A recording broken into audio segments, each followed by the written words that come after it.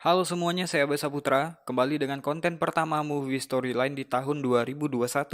Kali ini, yang akan saya ceritakan pada kalian adalah sebuah film yang diangkat berdasarkan kisah nyata, dirilis tahun 2007 yang judulnya Freedom Writers. Oke, langsung aja kita masuk ke alur ceritanya.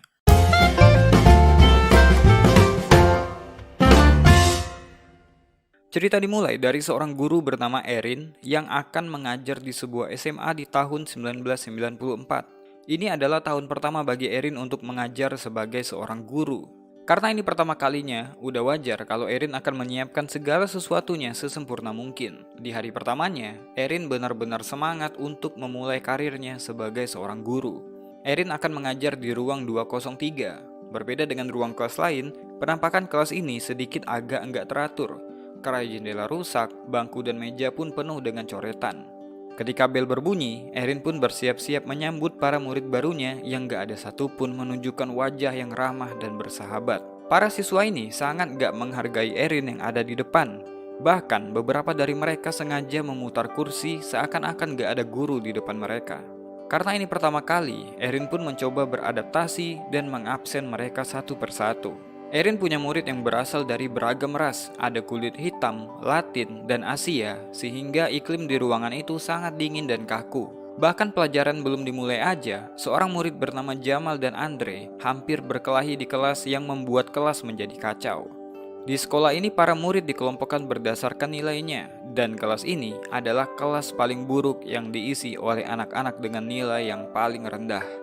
Suasana kelas yang kacau balau begini juga dipengaruhi oleh kerusuhan yang terjadi 2 tahun lalu, yaitu di tahun 1992, di mana kekerasan antar geng dan konflik rasis memuncak di Amerika. Karena ini kisah nyata, akan saya ceritakan ke kalian. Di tahun 1992, beberapa kota di Amerika pernah menjadi wilayah perang bagi gangster dan juga perang antar ras. Orang kulit putih mempertahankan wilayah mereka, orang kulit hitam melakukan perlawanan, orang Asia ikut bertahan di tengah kekacauan yang semua itu cuma untuk membuktikan siapa yang pantas tinggal di Amerika, dan ini benar-benar pernah terjadi di negara superpower ini. Karena itulah, walaupun konflik udah berkurang, tapi suasana peperangan masih terbawa, gak terkecuali di dalam kelas yang diajar oleh Erin ini. Di lingkungan sekolah aja, mereka berkumpul sesuai dengan kubu mereka masing-masing tergantung pada ras atau suku mereka. Di luar sekolah, anak-anak remaja ini masih sering berperang karena perebutan wilayah. Mereka bisa saling bunuh karena ras mereka, kebanggaan, dan rasa hormat. Karena hari pertama yang berat itu, guru-guru pun berkata pada Erin bahwa nantinya para murid bandel ini juga akan berhenti membuat masalah karena mereka akan hilang dengan sendirinya. Tapi Erin optimis mereka akan mengantri masuk ke kelasnya kalau saya melakukan tugas saya sebagai guru, kata Erin. Di hari lainnya ketika mengajar, Erin dihadapkan dengan situasi konflik ras yang dibawa-bawa hingga di sekolah. Mereka baku hantam di tengah-tengah halaman sekolah yang membuat sekolah diistirahatkan pada hari itu. Sekolah pada tahun itu benar-benar seperti mimpi buruk. Di satu sisi mereka harus menempuh pendidikan, di satu sisi lingkungan tempat mereka belajar adalah medan perang. Erin mesti menghadapi kelakuan mereka yang sering gak ada akhlak. Cara bercanda Erin pun sering dianggap garing padahal dia hanya ingin suasana kelasnya gak tegang. Bahkan dirinya pun sering dianggap lelucon oleh anak muridnya. Erin harus menghadapi situasi ini setiap hari. Kadang hanya sedikit yang hadir, ada yang bolos di tengah-tengah jam sekolah bahkan berkelahi di tengah-tengah pelajaran. Di suatu malam di sebuah supermarket, ketika Cindy dan geng Asianya berbelanja di sana, di saat yang bersamaan juga, Eva datang untuk membeli cemilan. Paco, temannya Eva, melihat salah satu orang kulit hitam bernama Green Rice yang menghajarnya di sekolah, tampak sendirian di supermarket itu. Jadi ketika Green Rice keluar, Paco dari mobil udah siap mau nembakin peluru ke arah anak ini. Tapi karena berhasil menghindar, peluru tadi salah sasaran dan mengenai salah satu orang Asia. Tapi karena Eva melindungi sukunya sendiri, dia pun memberi kesaksian palsu yang membuat Green Rice ditangkap sebagai pelaku penembakan orang Asia di supermarket. Karena kasus pembunuhan ini melibatkan siswa sekolah, para guru pun membicarakan hal ini sebagai masalah yang serius. Di kelas, ketika Erin mengajar seperti biasa, para murid ini kembali berulah. Seorang anak bernama Tito menggambar karikatur anak berkulit hitam yang bernama Jamal dengan bibir yang sangat besar. Jamal pun menjadi bahan tertawaan teman satu kelas. Erin sangat kesal dengan kejadian itu. Gak bisa membiarkan hal itu terjadi, Erin pun berusaha memperbaiki kesalahpahaman cara berpikir mereka tentang ras yang satu dan ras yang lainnya. Erin berkata bahwa mereka semua itu cuma anggota geng amatiran kalau dibandingkan dengan bangsa Nazi yang membantai bangsa Yahudi dan orang kulit hitam karena menganggap mereka adalah spesies terendah dari manusia. Lagi serius nerangin soal kekejaman bangsa Nazi, Eva, salah satu muridnya, memotong pembicaraan Erin dan berkata kalau Erin gak tahu apa-apa tentang sakit yang ras mereka alami. Eva pun terang-terangan bilang kalau dia membenci orang kulit putih karena pengalaman-pengalaman pahit yang dia dan keluarganya alami. Eva juga bilang dia benci Erin karena Erin orang kulit putih walaupun dia belum kenal Erin secara personal. Markus juga menyuruh Erin untuk berhenti seakan-akan Erin memahami keadaan murid-muridnya. Markus juga bilang, kami beruntung bisa mencapai usia 18 tahun karena kami saat ini lagi berperang. Kami nggak takut mati untuk melindungi diri kami sendiri. Setidaknya, kami mati untuk kaum kami sendiri. Mati dengan rasa hormat. Mati sebagai seorang pejuang, kata Markus berapi-api. Jadi kalau kau mati, kau akan terhormat. Gitu yang kalian pikir, kata Erin. Ketika kalian mati, kalian akan membusuk di tanah. Orang-orang akan terus hidup. Mereka akan melupakan semua tentang kalian. Ketika kalian membusuk, udah nggak penting lagi kalian gangster sejati atau bukan dan nggak ada seorang pun yang akan mengingat kalian karena yang kalian semua tinggalkan di dunia ini cuma kekerasan dan kebencian. Kata Erin yang membuat semua anak-anak ini terdiam. Tito pun mengangkat tangannya dan bertanya tentang Nazi yang di awal tadi Erin ceritakan. Erin pun bertanya kepada semua muridnya, siapa lagi yang ingin diterangkan tentang bangsa Nazi? Mereka pun semua angkat tangan tapi bel keburu berbunyi, kelas pun bubar. Erin pun mulai berpikir topik pelajaran yang bisa diajarkan untuk para muridnya. Dia pun menemui Margaret.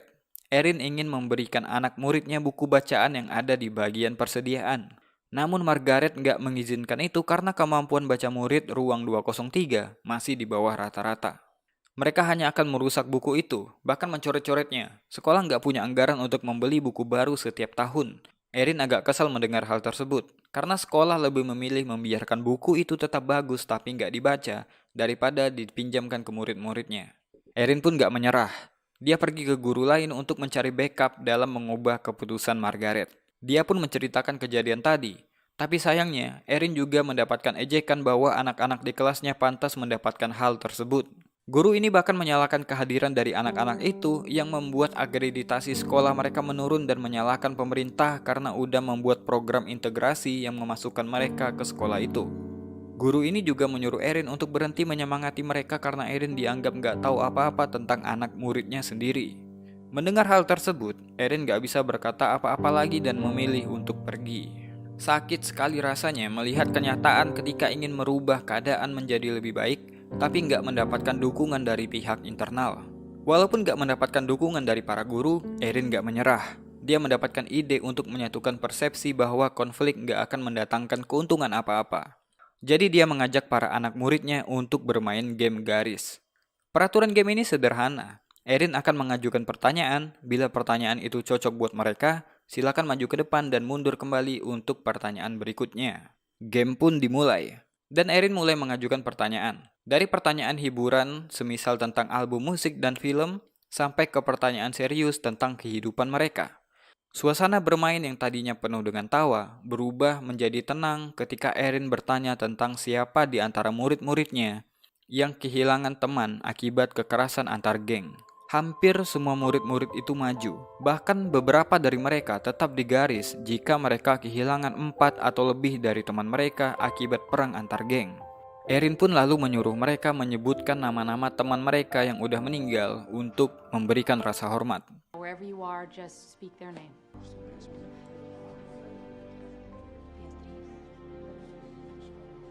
Setelah selesai bermain game, Erin memberikan sebuah buku jurnal harian kepada murid-muridnya.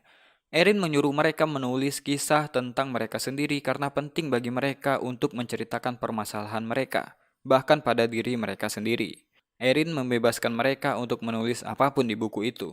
Jurnal itu nggak akan dinilai dan nggak akan dibaca, kecuali mereka memberikan Erin izin untuk membacanya.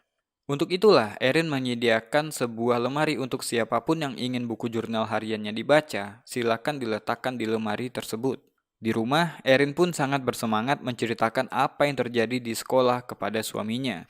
Dan Erin gak sabar untuk memberitahu perkembangan para muridnya di pertemuan guru dan orang tua nanti. Namun sayang, ketika hari itu tiba, gak ada satupun orang tua dari murid-muridnya yang datang, berbeda dengan kelas unggulan yang dihadiri oleh semua orang tua murid. Saat akan meninggalkan kelas, Erin teringat akan buku jurnal yang dia berikan kepada muridnya. Ketika dia memeriksa lemari, dia kaget ternyata semua murid-muridnya meninggalkan buku jurnal mereka untuk dibaca. Lewat buku jurnal itu, Erin pun mulai membaca kisah hidup anak muridnya.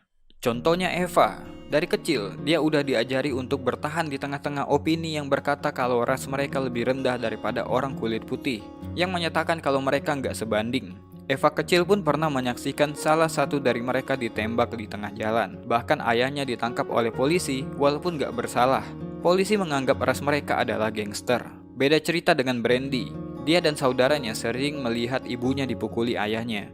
Bahkan dirinya pun sering mendapatkan sabetan sabuk di punggung dan di kaki. Mereka pun pernah tidur di trotoar karena nggak bisa membayar uang sewa.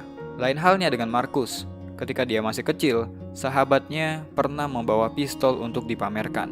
Namun senjata nggak sengaja tertembak yang membuat temannya tewas karena senjatanya sendiri. Yang Marcus kecil lakukan hanya duduk di sana, menunggu polisi datang, tapi yang Marcus rasakan, para polisi itu seakan hanya melihat sebujur mayat, pistol, dan orang negro. Marcus kecil pun dibawa ke tahanan khusus untuk anak-anak dan tumbuh remaja sampai dia bebas. Dari buku jurnal tersebut, Erin akhirnya dapat memahami apa yang sebenarnya dihadapi oleh anak-anak muridnya dan apa yang harus Erin berikan kepada mereka untuk mengubah kehidupan mereka yang dari kecil udah menghadapi konflik antar ras. Erin pun meminta pendapat ayahnya mengenai isi dari buku jurnal itu. Erin gak menyangka kalau anak muridnya yang dia ajarkan mempunyai kehidupan yang keras. Ayahnya mengingatkan, apa yang terjadi di luar ruang kelas bukanlah tanggung jawab Erin. Jika kau gak tahan dengan kerjaan ini, cari aja kerjaan lain, kata ayahnya. Mendengarkan perkataan ayahnya, Erin pun mendapatkan ide. Walaupun gak mendapatkan dukungan dari pihak sekolah, dia mencoba kerja sambilan di sebuah departemen store dan juga penjaga pintu sebuah hotel untuk mencari uang tambahan. Sebuah ide yang mendapatkan pertentangan dari suaminya. Bagaimana mungkin Erin menjalankan 3 pekerjaan? Tapi Erin berjanji itu hanya untuk sementara sampai dia akhirnya mendapatkan dukungan dari pihak sekolah. Erin bekerja mencari uang tambahan hanya untuk membelikan anak muridnya buku yang gak sekolah berikan untuk mereka. Bahkan Erin merencanakan studi tour untuk menambah wawasan mereka tentang dampak buruk peperangan. Karena lagi-lagi sekolah nggak mungkin mendukung rencana Erin untuk anak-anak bandel ini, Erin pergi ke dinas pendidikan untuk meminta dukungan langsung dari pejabat yang berwenang. Namun pihak dinas pendidikan bilang mereka nggak mungkin mencampuri kebijakan internal sekolah. Tapi Erin menceritakan kalau Margaret nggak memberi dukungan, begitu juga dengan kepala sekolah. Apa gunanya kita memberitahu para murid, pergilah ke sekolah, dapatkan pendidikan. Tapi kita malah bilang, ya mereka nggak bisa belajar, jadi kita jangan sia-siakan sumber daya sekolah, kata Erin. Dirinya cuma mau anak muridnya memperluas pemikiran tentang apa yang ada di luaran sana. Tapi, walaupun dinas pendidikan menyetujui rencanamu, pihak sekolah pasti nggak menyetujui karena nggak sesuai dengan anggaran sekolah, kata kepala dinas. Saya akan mengumpulkan dana sendiri. Yang saya perlukan hanyalah dukungan, supaya nggak ada lagi larangan dari pihak sekolah, kata Erin bersikeras. Akhirnya, dia mendapatkan persetujuan dari pihak dinas pendidikan untuk melaksanakan studi tour buat anak muridnya yang ternyata itu membuat kesal Margaret. Tapi Erin gak peduli akan hal itu. Sementara itu, cerita lain datang dari Eva. Dia mendapatkan tekanan dari ayahnya yang berada di penjara untuk selalu membela bangsa mereka, apapun yang terjadi. Sebenarnya, Eva sendiri capek dengan kehidupan ini. Bahkan dia memberikan ayahnya buku yang diberikan Erin di sekolah tentang peperangan antar geng, tapi ayahnya malah nggak mementingkan hal itu. Di awal semester kedua, Erin pergi membawa anak muridnya ke sebuah museum, di mana di sana mereka belajar dan melihat dokumentasi dari korban-korban akibat peperangan. Mereka melihat sebuah perang gak lain hanya akan menghasilkan kesengsaraan dan kematian. Untuk mengajarkan mereka, Erin pun sampai mengundang semua muridnya untuk pergi ke hotel tempat dia bekerja, makan malam di restoran tersebut dan bertemu langsung dengan korban kekerasan tentara Nazi yang masih hidup untuk mendengarkan cerita pengalaman mereka. Pengalaman malam itu benar-benar mengubah cara pandang para murid ini, bahwa perang untuk membuktikan suku atau ras siapa yang paling terbaik itu nggak ada gunanya. Bahwa perbedaan harusnya bisa mempersatukan mereka, bukan memecah belah. Mereka pun mulai terbuka satu sama lain. Kulit hitam, kulit putih, orang Asia, orang Amerika, untuk murid di ruang 203 sekarang udah setara. Untuk merayakan perubahan ini, Erin mengadakan sebuah pesta kecil dengan bersulang dan membagikan buku baru buat mereka. Erin berkata, mulai saat ini, jika ada yang bilang kalau kalian gak bisa, abaikan. Kalau ada yang bilang kalian gak akan pernah berubah menjadi lebih baik, abaikan. Tinggalkan pribadi kalian yang kemarin, sekarang kalian buka lembaran baru. Satu persatu mereka maju ke depan dan bersulang untuk diri mereka sendiri. Berbicara dengan berani tentang meninggalkan masa lalu mereka dan berharap lebih baik untuk masa depan. Di kelas ini, mereka pun udah punya ikatan emosional satu sama lain dan menghilangkan konflik di antara mereka. Suasana kelas sekarang pun menjadi hangat. Salah satu buku yang Erin berikan kepada mereka adalah buku The Diary of Anne Frank. Anne Frank adalah orang Yahudi yang bersembunyi dari tentara Nazi. Ketika dalam persembunyiannya, dia menuliskan sebuah diary. Erin menganggap buku itu sangat relate dengan kehidupan yang mereka lalui selama ini. Salah satu murid yang tertarik dengan kisah Anne Frank adalah Eva. Dia sempat kesal karena di akhir buku itu, Anne Frank tetap tertangkap dari persembunyiannya. Namun Markus bilang kalau Anne Frank gak mati, karena cerita hidupnya ditulis di dalam sebuah buku. Buku yang memahami keadaanku saat itu, kata Markus. Bahkan Markus mengagumi sosok Mip Gish yang membantu menyembunyikan Anne Frank dan membaca lebih banyak tentang sosok Mip Gish di perpustakaan. Erin jadi mendapatkan ide baru, dia mengubah tugas mencatat tentang buku Diary of Anne Frank menjadi tugas menulis surat kepada Mip Gish, perempuan yang membantu menyembunyikan Anne Frank. Erin membebaskan mereka menulis apapun kepada Mip Gish. Mereka pun antusias dan menyuruh Erin untuk mendatangkan langsung Mip Gish ke sekolah seperti yang Erin lakukan di hotel. Menurut Erin itu nggak mungkin, karena Mip Gish berada di negara Belanda dan udah lansia. Pasti mahal banget buat mendatangkannya ke Amerika, kata Erin. Kita bisa melakukan penggalangan dana, kata Andre. Bahkan, Markus merequest akan jadi pengawal pribadi Mip Gish kalau dia jadi datang ke sekolah. Melihat semangat mereka tentang rencana mendatangkan Mip Gish, Erin pun semangat. Banyak pihak yang membantu mereka melakukan penggalangan dana. Bahkan kegiatan mereka sering diliput di koran.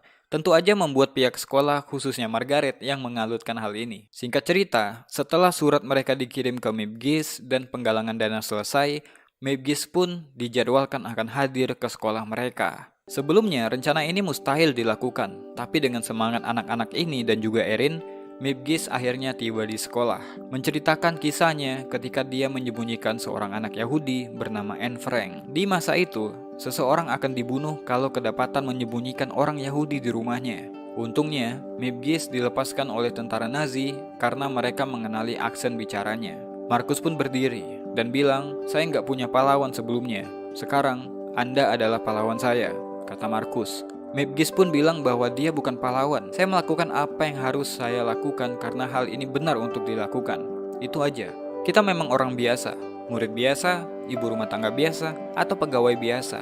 Tapi kita bisa dengan cara sederhana kita sendiri, menyalakan lampu kecil di ruang yang gelap. Saya udah baca semua surat kalian. Menurutku, kalian adalah pahlawan. Wajah kalian terukir di dalam hatiku. Pesan yang dalam banget dari Mip Gish buat para murid ini. Di lain cerita, Markus pulang ke rumahnya setelah diusir oleh ibunya karena bergabung dengan gangster.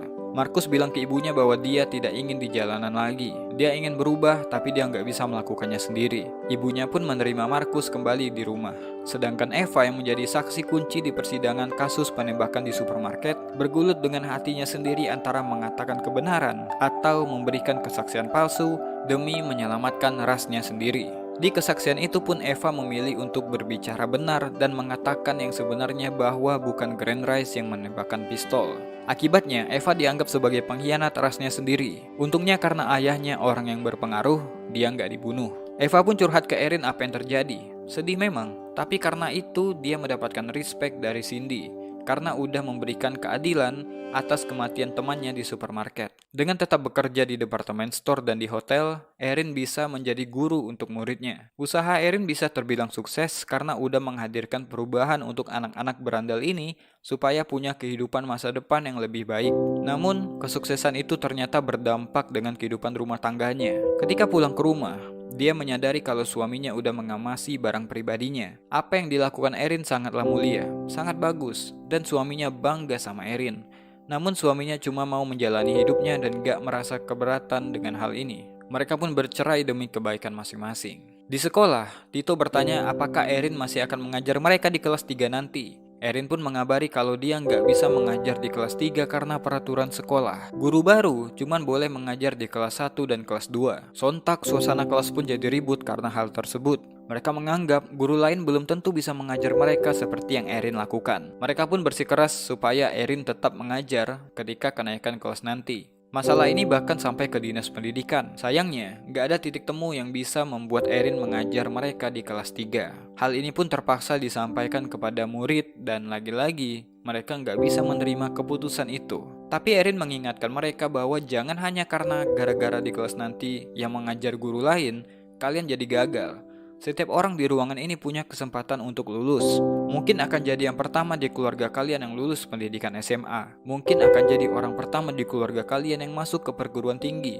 Dan itu kalian yang akan lakukan, bukan saya, kata Erin. Sebelum mereka berpisah karena kenaikan kelas, Erin pun mengajak mereka mengerjakan proyek bersama. Dengan bantuan donatur yang merupakan seorang bisnismen, mereka mendapatkan komputer dan Erin mengajak para muridnya mengetik buku jurnal mereka untuk dibuat menjadi satu buku seperti buku The Diary of Anne Frank. Menurut Erin, mereka punya sesuatu untuk disampaikan pada orang-orang. Walaupun Erin gak menjanjikan itu akan diterbitkan, tapi paling gak mereka bisa mendapatkan jati diri mereka di luaran sana. Buku itu pun diberi judul The Freedom Writer's Diary. Di lain hari di sekolah, tiba-tiba Margaret menghampiri Erin dan mengabarkan bahwa seseorang dari Dewan Pendidikan ingin bertemu dengan mereka dan juga kepala sekolah terkait masalah kelas yang kemarin. Jadi mereka pun bertemu. Di depan Dewan Pendidikan, masing-masing mengemukakan alasan kenapa harus bertahan dan kenapa harus tidak.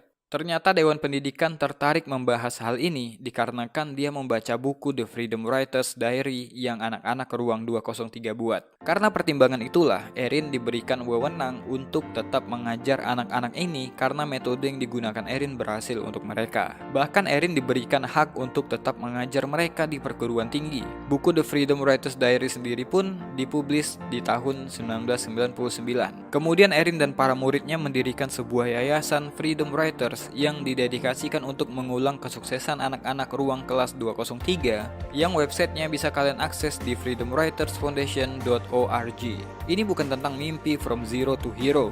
Kisah ini lebih memperlihatkan bagaimana satu orang yang peduli dengan pendidikan anak-anak yang udah dianggap sampah masyarakat mampu merubah diri menjadi orang yang lebih berguna. Perbedaan dapat melahirkan ide-ide kreatif yang ternyata mampu mengubah dunia menjadi lebih baik. Jika kita semua masih sibuk mengurusi perbedaan di antara kita, maka itu nggak akan ada habisnya. Malah membuat kacau dunia yang seharusnya menjadi tempat yang baik untuk ditinggali ini. Itu aja buat video kali ini. Kalau suka, silakan subscribe dan di-share. Saya Besa Putra. To be continue. Jangan bosan jadi orang baik.